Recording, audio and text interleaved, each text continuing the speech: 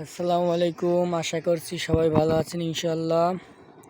আমি বলছি মোরেলগঞ্জ থানা, জেলা বাগেরহাট, সোনাখালী গ্রাম থেকে। কৃষক শ্রমিক ভাইরা দেখেন আমাদের ভবিষ্যতের জন্য, সামনে আগানোর জন্য কত কষ্ট করছে।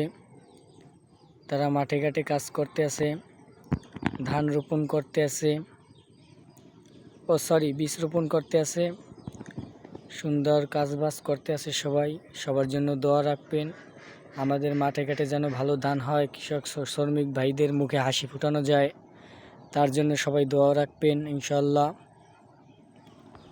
আর আমাদের জন্য সবাই দোয়া করবেন, আপনাদেরকে ভালো ভালো ওয়েদার দেখানোর জন্য, সুন্দর পরিস্থিতি দেখানোর জন্য। আমাদের ভিডিওটি লাইক সাবস্ক্রাইব করে দেবেন। আপনাদের প্রতি এটাই আমার অনুরোধ।